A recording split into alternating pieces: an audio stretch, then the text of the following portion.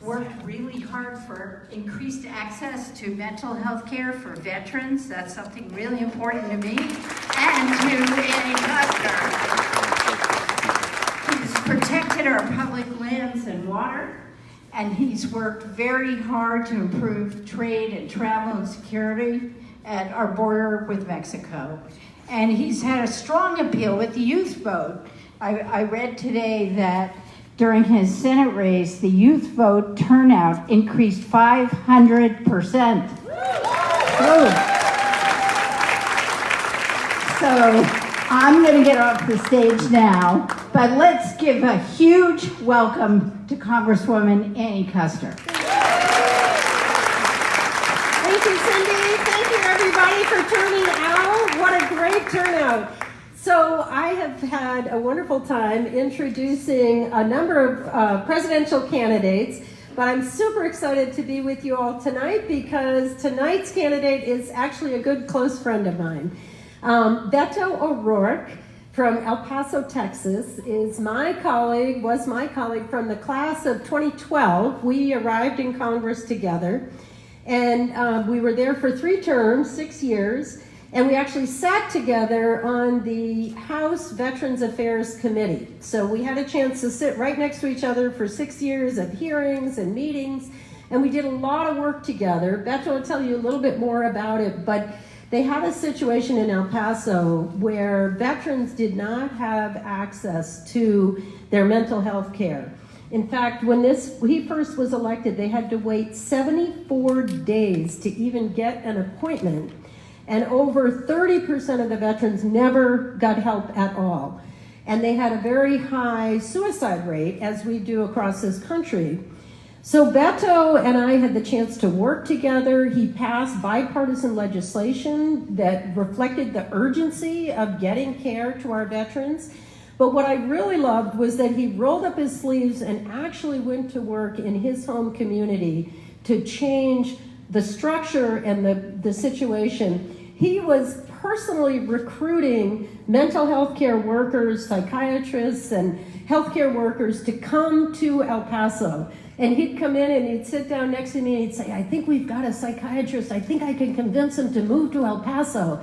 And by the time this was done, the punchline to this is that by the time he left office, it was down to a 5-day wait to get an appointment.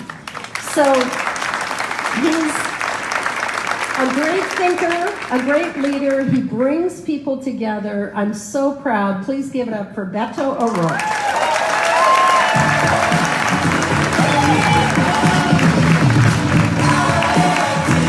Thank you all very much for joining us here today.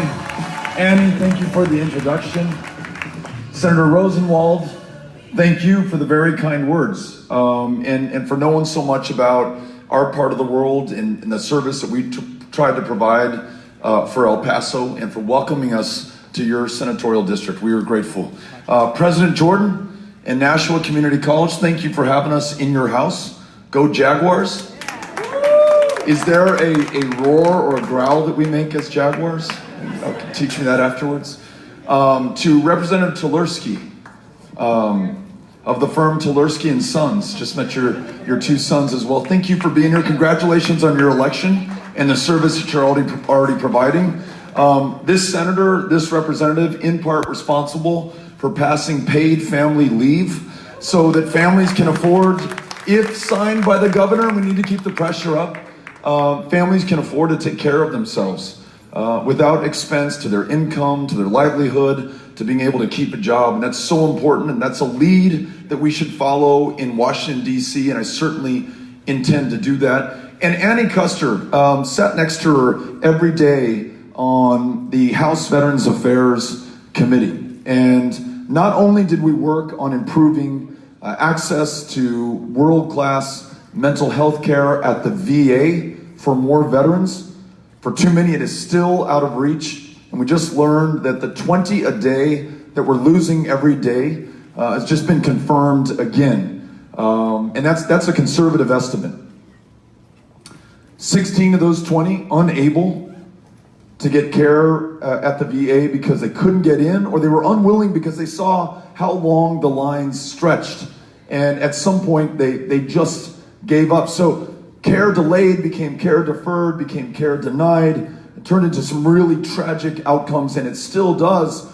And Annie Custer was a leader on connecting veterans, especially in rural communities, especially in a state that doesn't have a full service VA medical center, making sure that we do everything we can, partnering with private providers, partnering with nonprofit public providers, partnering with anyone, anywhere to make sure that those veterans who have put their lives on the line for this country and earned this care can actually receive it. She and I worked together on a bill that expanded access to mental health care for those women and men who came back with an other than honorable discharge, which before her leadership meant that they were by law precluded from setting foot in a VA to get the care that you and I want them to have. Their rate of suicide twice as high as the general veterans population. Though we were in the minority, we were able to find common ground and consensus. And yes, though this is a four-letter word amongst many of our colleagues, compromise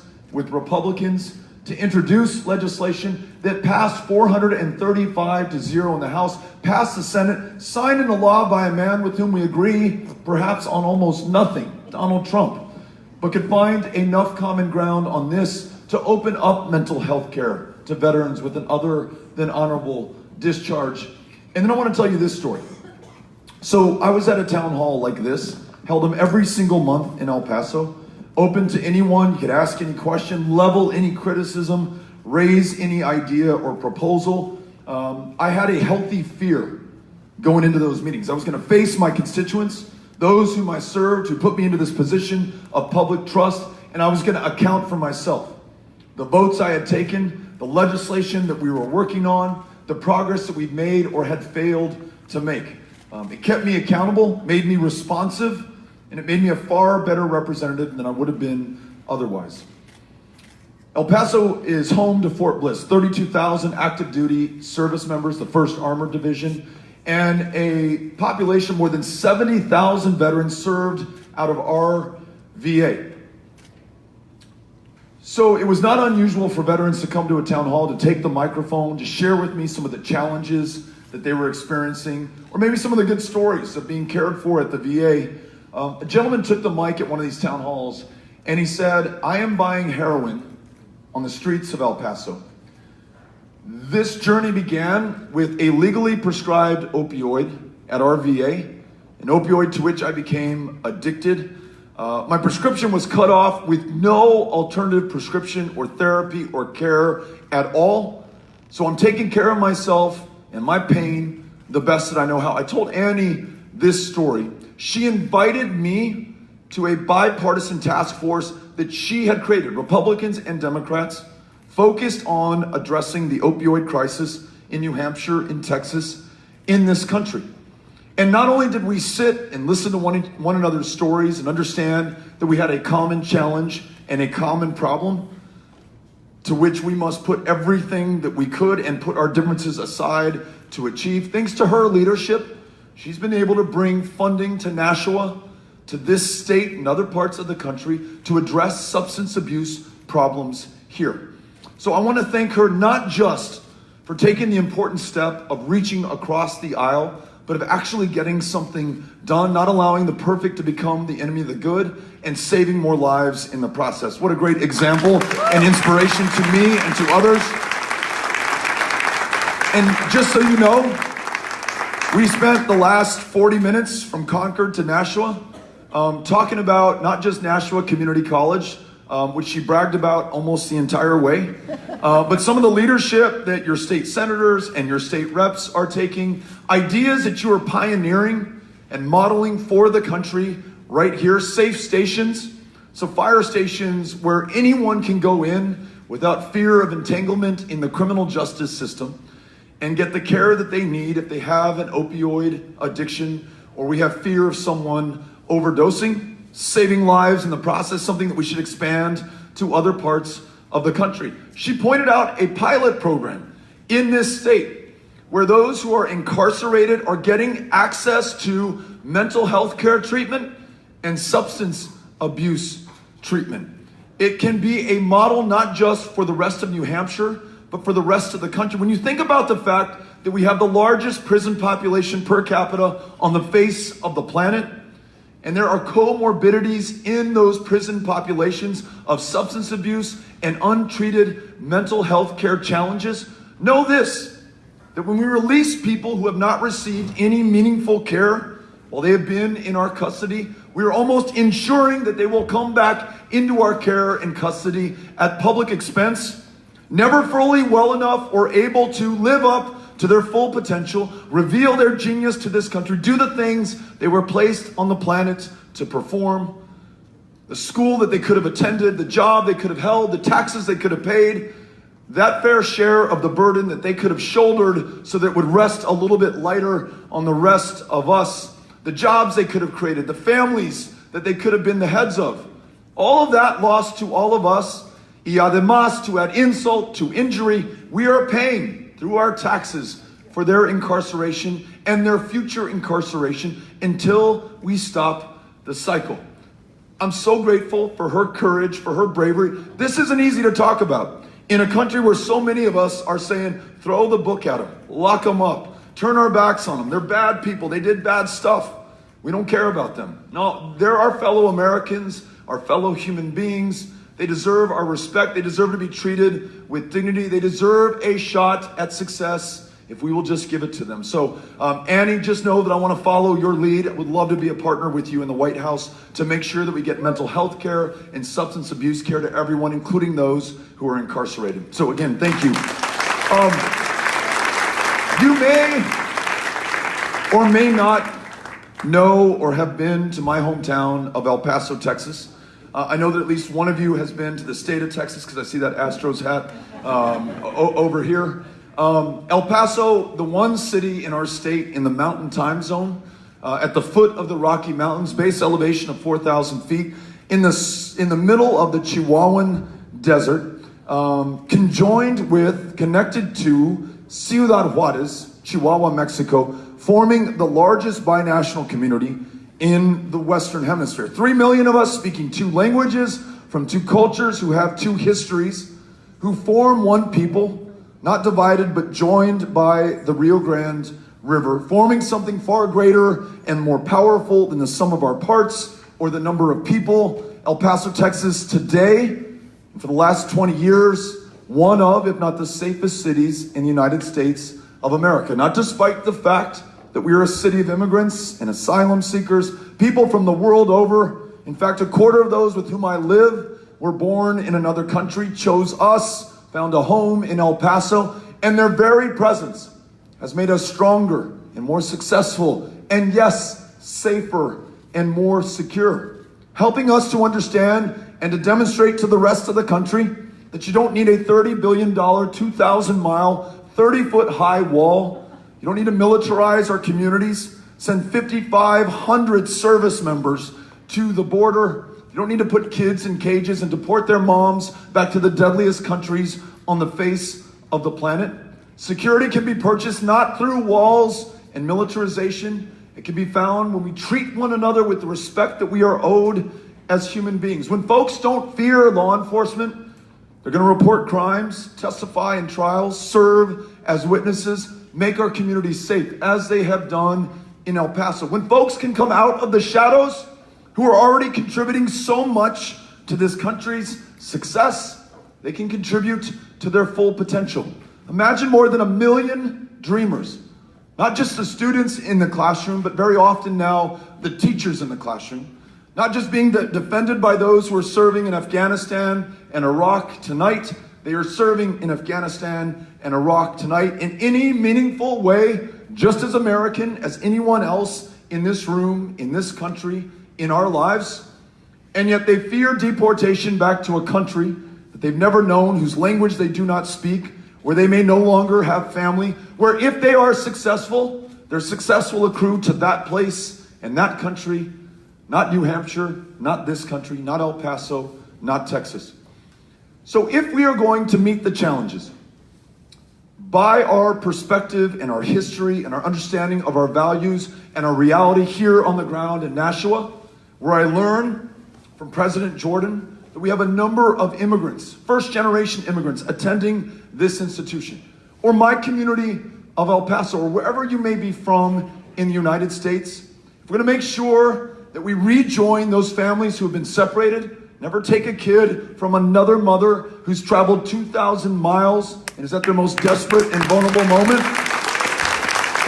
if we're going to give every single dreamer citizenship in their true home country, the United States, so they never have to fear leaving this place and can do everything they were intended to do in their lives here for all of us, then it's going to take all of us, not half of us, not half measure, not one person, not one political party. At a time of historic division and polarization and hyper-partisanship, if all we respond with is more of the same, we're going to get the same result. The very definition of insanity, I think first defined by Albert Einstein. If, however, we're able to see one another in each other, a shared future in this country, I am confident that we can defy the differences of faith or geography or immigration status or race or anything else that the current president tries to use to keep us apart, to keep us angry, and to keep us afraid. If we come together on immigration, just like if we come together on healthcare and ensure that in a country that is the wealthiest and the most powerful on the face of the planet, in the whole of human history, to ensure that those who cannot see a doctor or afford their prescriptions or take their child to a therapist now can and be well enough to learn, to go to work and to start businesses and to live to their full potential.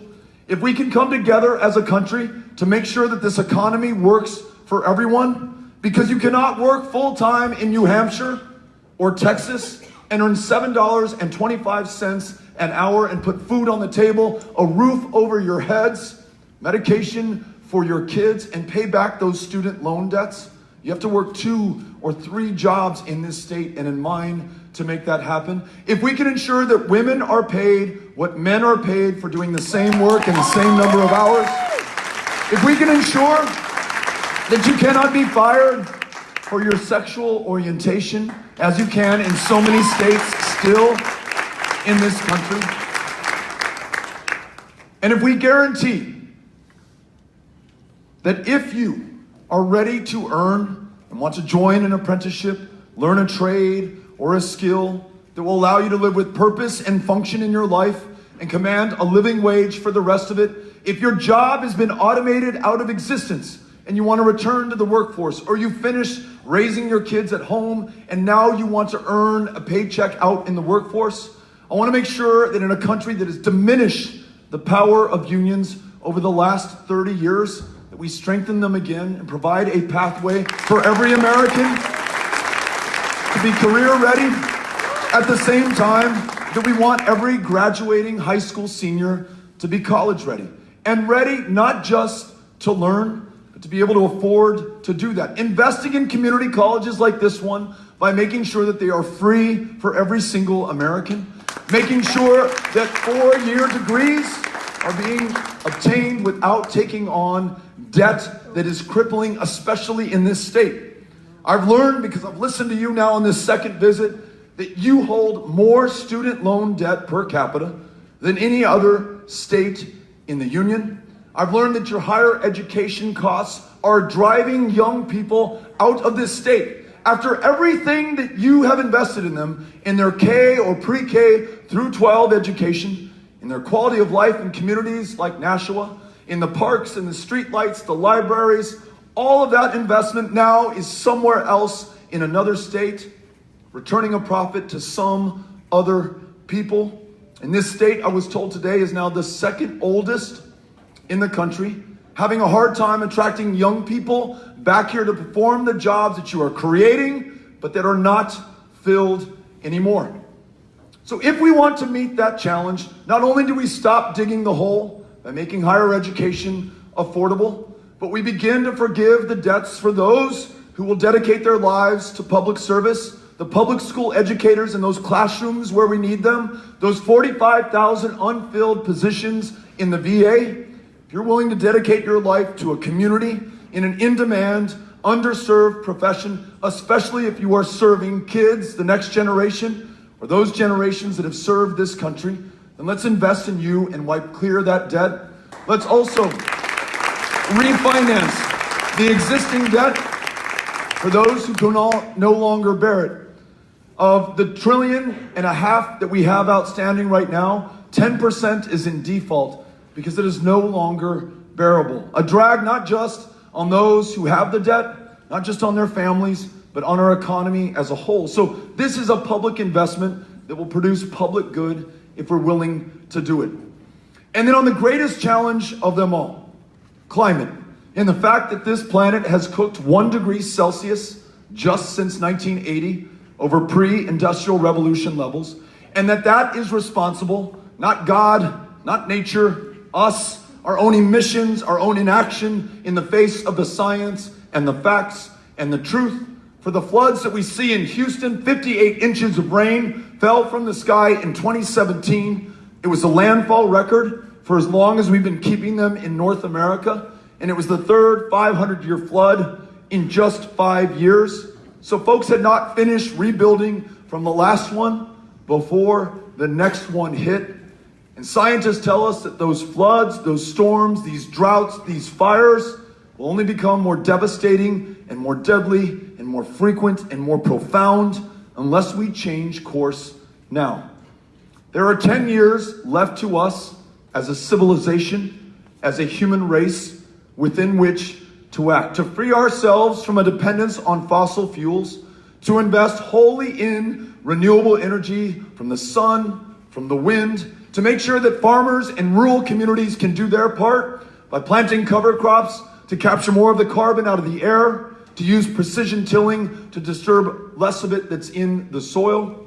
If all of us do all that we can, we, United States, can return to our rightful role as the indispensable nation, convening the other powers of the planet to come together to do their part as well. And then we can tell our kids and our grandkids, the people of the future, that at this defining moment of truth, we were not found wanting. That we did everything that we could and that it was enough. I want to make sure that at this moment, we don't labor under the illusion that any one person, any one president, any one party can make any of this happen. It will take an entire country coming together. That's why we are going everywhere, listening to everybody, writing no one off, and taking no one for granted. This is a campaign for America, for everyone in America. That's why I'm so grateful to be here with you tonight in Nashua to share with you that I'm running to serve you as the next president of the United States of America. Thank you all for having us out and looking forward to your questions and hearing what's on your mind. Thank you very much. All right, if you raise your hand, I will go and call on you. You'll be first. Can I squeeze through? You want to come around? You'll meet me over here? Hand that to me? Yeah, here we go. Actually, get them to line up. Right. Hi, my name is Amber Davis. I'm a college student here at NCC. Governor Sununu has attempted to strip away voting rights in New Hampshire with bills like HB 1264 and SB 3 that would require students to spend $200 to $300 registering a vehicle in New Hampshire to be able to vote. And if you became the next president of the United States, what would you do on a federal level to protect student rights and stop people like Governor Sununu from restricting young people's access to the ballot? Thanks for raising this. I would sign into law a new Voting Rights Act that would ensure that it's one person, one vote in this country, that we defeat measures like these in New Hampshire that seeks to eliminate the ability functionally for many people to be able to vote, to shrink the size of the electorate and the franchise, and that we would learn from the lesson that we have here in Texas, in my home state of Texas. Until 2018, we ranked 50th in the country in voter turnout. And it wasn't for lack of love of civic participation. It was because people were drawn out of congressional districts based on race and ethnicity, and because we have a voter ID law that says you can use your license to carry a firearm to prove who you are at the ballot box, but you cannot use your student ID at El Paso Community College to prove who you are at the ballot box. This stuff is intended to do one thing and one thing only, and it's very successful at doing that. So one person, one vote, new Voting Rights Act, stop any of these efforts to restrict the electorate, same-day voter registration, automatic voter registration, so that when you turn 18, you're automatically registered to vote, end gerrymandering in this country, and get big, dark, unaccountable political action committee and special interest money out of our politics, then this democracy really starts to hum. So thank you for the question. Appreciate it. Okay, right here. Mr. O'Rourke, if you became the president, rumor has it that the Democrats have been campaigning for years to actually abolish the Electoral College. Do you think this will really help if you were president in your goal to equalize the balance of power between Americans, businesses, and our government? Thank you for the question. The short answer is yes. I think that if we want to get back to this principle of one person, one vote, then your vote for the next president of the United States should really count. Hard to explain to ourselves how the winner in the last election got 3 million fewer votes than the loser. And when we think about how the Electoral College was established, it was essentially allowing slave states to count slaves as 3/5 of a person for apportionment in the House. That same ratio was used to determine the number of electors for different states. Hold on a second, let me finish, and then we'll give you another crack, or I can talk to you at the end of this. And what happens now is that entire states are written off. No one campaigns from either party because they are already spoken for. So if we can't abolish the Electoral College, perhaps a compromise is that states award their electors proportionately according to popular vote, so that you have to campaign at the congressional district level in South Carolina, in Massachusetts, in California, places that are either too red or too blue for presidential contenders to campaign in now. You'd start to have people show up, and more folks would have a seat at the table, more voices would be heard, more people would be voting. Thanks for asking the question. Appreciate it. Okay, we're on right here. Hi, I'm Allie. I'm here with one of my children. I have 2 children. My family is an interracial family, and my son, excuse me, has a life-threatening disability, and we're a same-sex family. So right now is a scary time to live in the United States, and there's a lot going on. And because of that, I'm paying really close attention to this election for those reasons. So I've noticed that you're a really charismatic speaker and that there's a lot of attention around all of the great stuff you're talking about, but ultimately the thing that's going to keep my family safe is policy and substance, and I'm interested in that. I'm particularly interested in Medicare for All. I know that initially you supported the Bernie Sanders Medicare for All bill, and then you changed your mind about that. And I saw that a friend of mine asked you a few weeks ago about the JPAL bill, and you hadn't read it yet, which surprised me a little because Medicare is such a big deal in this election. It's going to be a huge issue for all of us. So I'm wondering if you have read it, and if you've read it, if you could talk more about your thinking around Medicare for All, because this is a place where it really takes care of all Americans. It's a place where policy and substance matter. And unfortunately, you know, sometimes the centrism leaves people out. And I'm worried about the safety and well-being of my family in a country that is so centrist that people are left out. Yeah, thank you. Thanks for the question. Thanks for being here. So for me, the goal is guaranteed, high-quality, universal health care. Every human in this country able to afford medication, take their child to a therapist, see a primary care provider, see a therapist or a mental health care provider. Every woman in the midst of a maternal mortality crisis that is 3 times as deadly for women of color, able to make her own decisions about her own body and see the medical provider or go to the clinic or the family planning provider of her choice. What's the surest, quickest way to get there? In my mind, it is something that 2 colleagues of Annie Custer's, 2 former colleagues of mine, have come up with. Jan Schakowsky of Illinois, Rosa DeLauro of Connecticut, and instead of Medicare for All, it's called Medicare for America. And it says that everyone who today does not have insurance is enrolled in Medicare. Everyone who has insurance that they cannot afford, premiums that they can't pay, a deductible that they cannot bridge, is free to choose Medicare.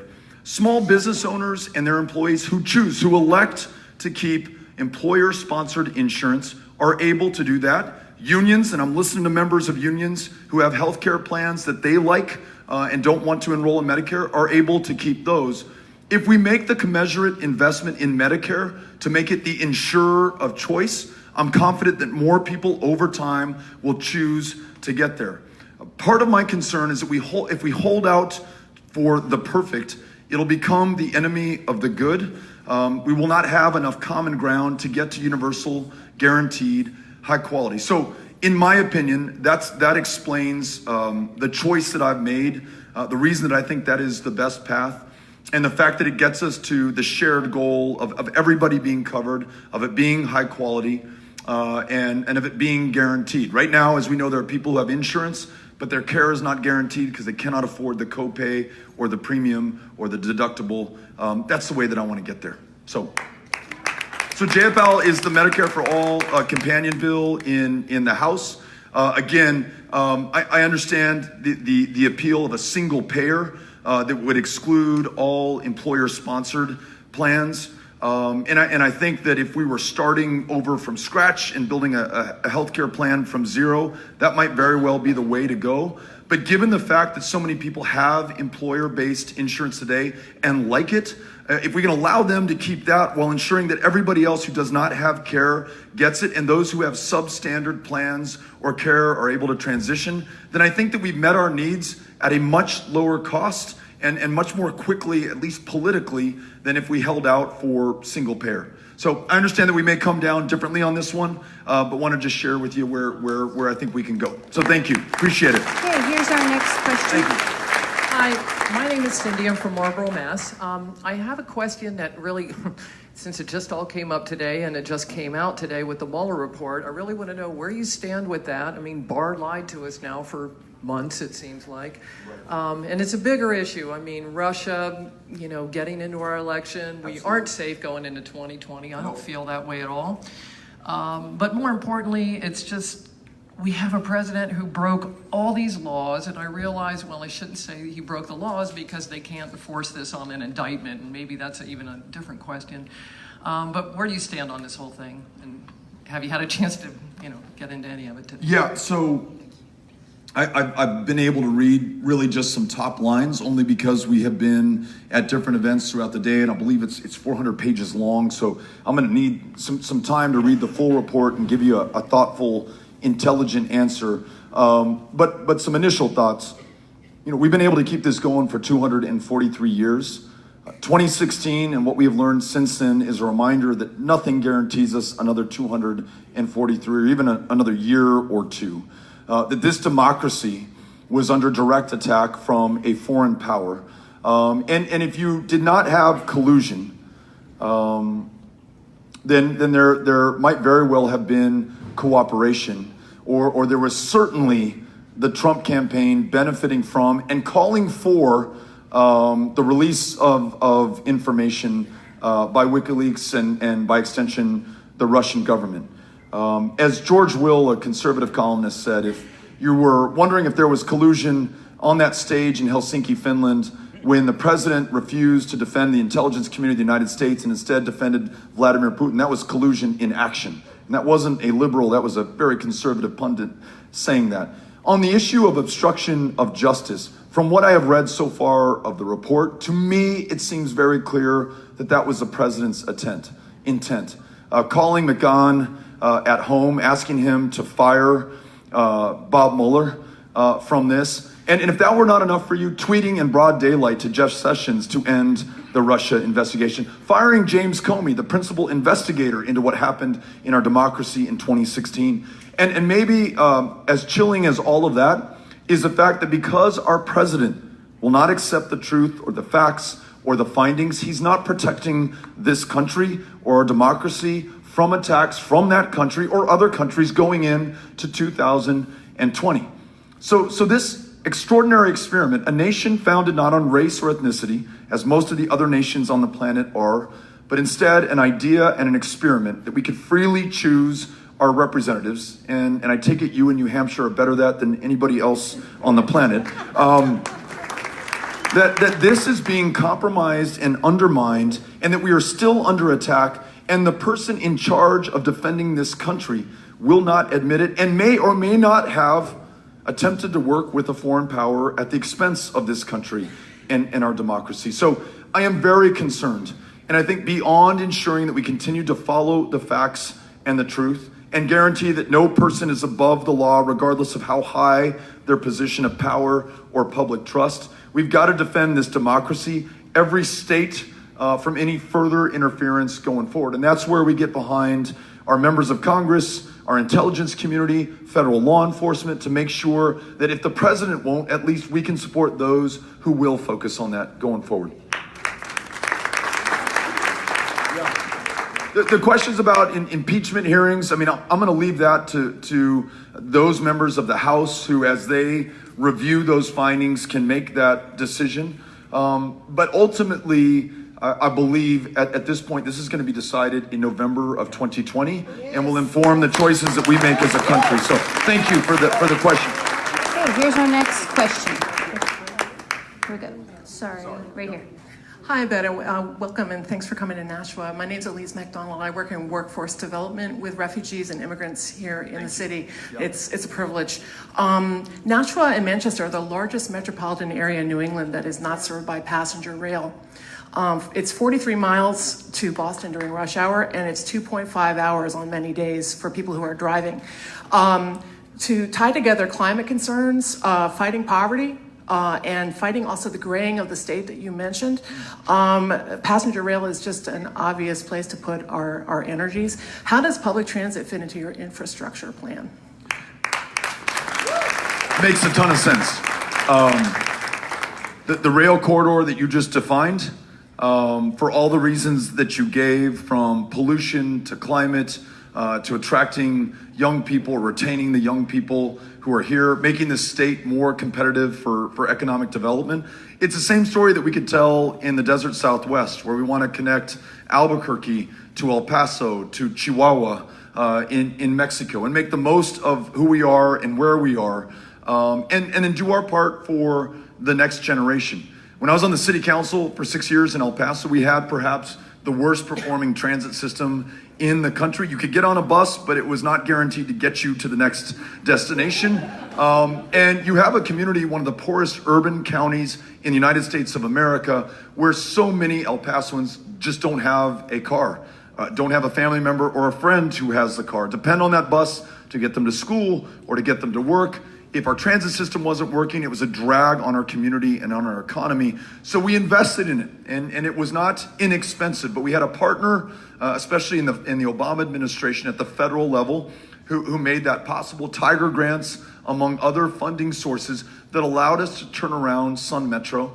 We just put in a fixed rail trolley line that's adding to economic development and growth. And we have a ways to go, but we've made a ton of progress. So this is really important to me, near and dear to my heart from my days on city council. And I know that we cannot pave our way out of traffic demand. It's going to take rail and transit and an investment there. And by the way, connected to the jobs and infrastructure investment that is connected to that. So thanks for raising that as a point. Appreciate that. Okay, we have time for two more. Hi, Congressman. My name is Greta. Thanks for coming. Thanks for your energy and passion, and you're as charismatic in person as you're on TV, so thanks for coming. I live in Western Mass. I'm an older single mom. I'm raising a young, gifted, and black male teenager, so healthcare, financial stability, climate are issues that are really important to me. And I know that you resist labels. You don't want to be called a progressive necessarily, or the party label, that you say that you want to be for everybody, work for everybody.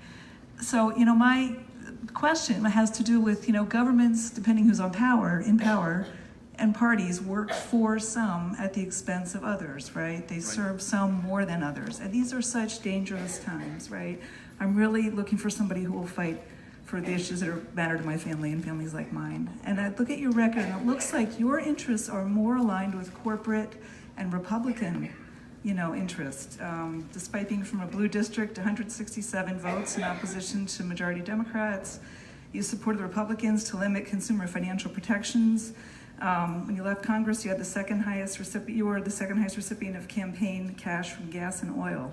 So, I'm wondering, can you sign on to something like the Green New Deal, which is for all of us, really work for everybody? And to follow up on healthcare, my understanding of Medicare for All's advantage is that it frees up so much money from taking out the private insurers, really getting us to be able to get healthcare to everybody. Can you comment? Sure. Thank you. Thanks for being here, and thanks for raising the questions. I might slightly disagree with your characterization of my record, and will tell you that for the last 5 years, I've not taken a single dime from a single political action committee, and not just corporate PACs, but any PAC at all. Only human beings, real people. I disagree with the 2010 Supreme Court decision that says that corporations are people, that money is speech, and that corporations can spend unlimited amounts of money in our democracy. And I want to walk the talk, not just introduce legislation, but live that. You mentioned in the Texas Senate race that we were the second highest recipient in the country from employees, not corporations, of oil and gas companies. As you can imagine, in the state of Texas, there are a lot of oil and gas company employees working on the rigs, working in the oil fields, answering the phones, driving the trucks. I was probably the second or highest recipient of money from hairdressers. In this campaign, the single greatest occupation that's given to me so far, school teachers. We had the great benefit of raising more money in small dollar contributions than any Senate campaign in the history of the United States. And so it came from people of all walks of life, all occupations. My fear is that if we write people off for the fact that they voted for Trump, or they work for an oil and gas company, or they're a coal miner, or they live in a rural community, then we are consigning ourselves to meeting these challenges with only half or part of the country. I want to work with everyone. When we ran that campaign in Texas, I proudly talked about supporting universal background checks as well as assault weapons ban in the state of Texas. I proudly talked about a woman's right to make her own decisions about her own body, about universal health care, about comprehensive immigration reform, about climate change in front of employees from oil and gas companies. And so I think we were able to show in Texas, though we didn't win the race, we gained more votes than any Democrat in the history of the state. We helped flip the United States Congress by electing 2 Democratic members from safe Republican districts. We changed the composition of our state legislature. 17 African-American women just won judicial positions in Harris County alone, changing the face of criminal justice. I wrote a book calling for the end of the war on drugs and the end of prohibition on marijuana, and supported legislation to that end, expunging the arrest records of everyone arrested for possession of marijuana, closing private for-profit prisons. So I don't, put me anywhere you want on the spectrum, but I think I've been able to show that in the minority I was able to get things done. Yes, sometimes working with Republicans. On city council, 2009, helped write the ordinance that provided health care benefits to same-sex partners of city employees. There were recall elections that followed. In Congress, in the United States Senate race, I think we've had the courage of our convictions. So, but you're right to look at my record. You're absolutely right to ask these questions. I just want to make sure that you have the full picture and all the facts. Thank you for asking. Appreciate it. Thanks. Okay, right behind you. This is going to be our last question. Hey. Hi there, how are you? Good. Thanks for coming. I'm Casey, I'm from Melrose, Mass. And as a teacher with 2 kids in school, I think it's really sad that school shootings are the norm these days.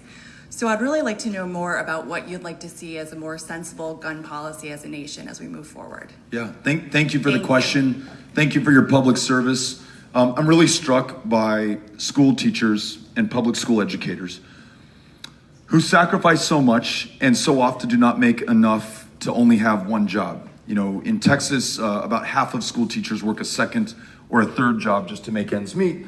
And these are the same teachers who labor under highest stakes, high pressure standardized tests that in no way effectively measure your performance or the potential of the kids in front of you in that classroom.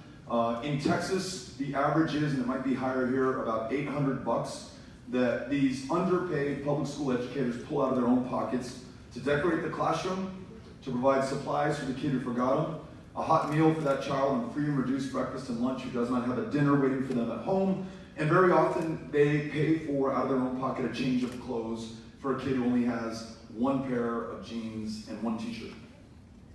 So when Henry, my 8-year-old, came home from his public school, all three of my kids attend public schools in El Paso, and we asked him what he had done in his first grade classroom that day. He talked about his teacher herding Henry and his classmates into a closet to resist the temptation to open that closet door from the inside when someone enacting an active shooter storms in.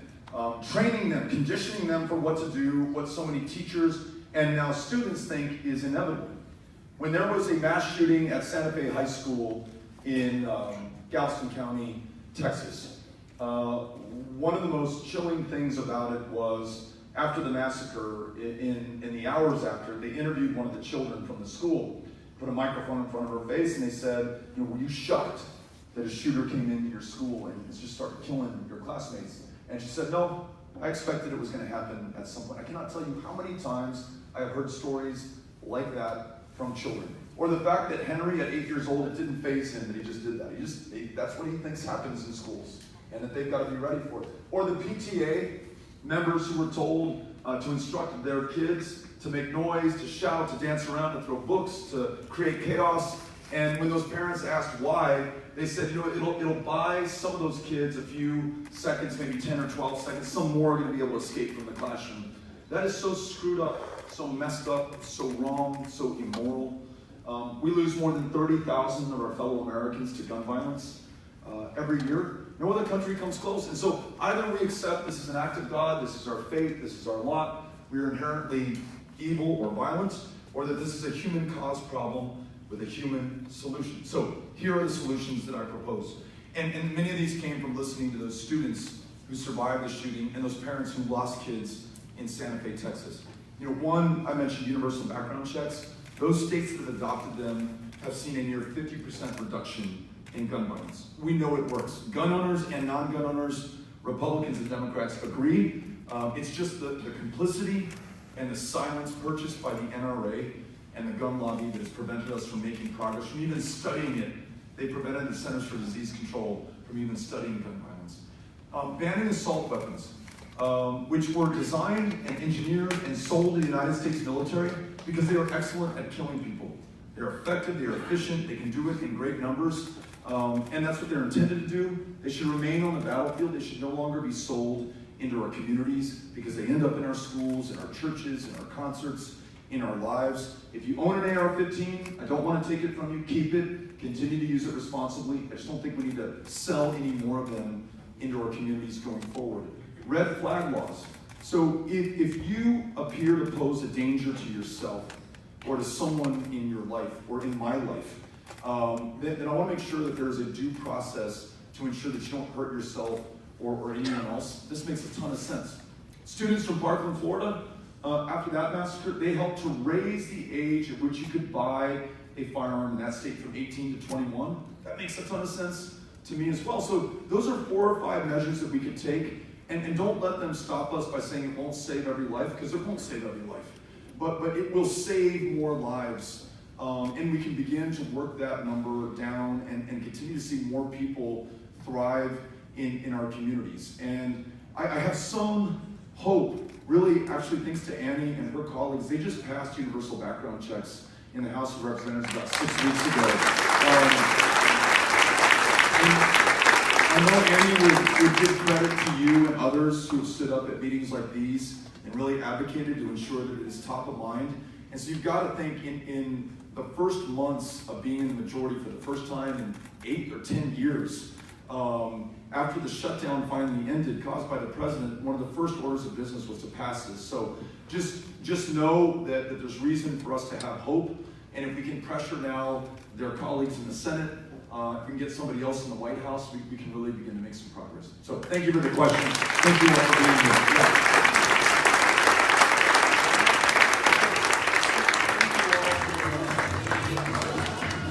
Thank you all for being here. Very, very grateful. Really appreciate it.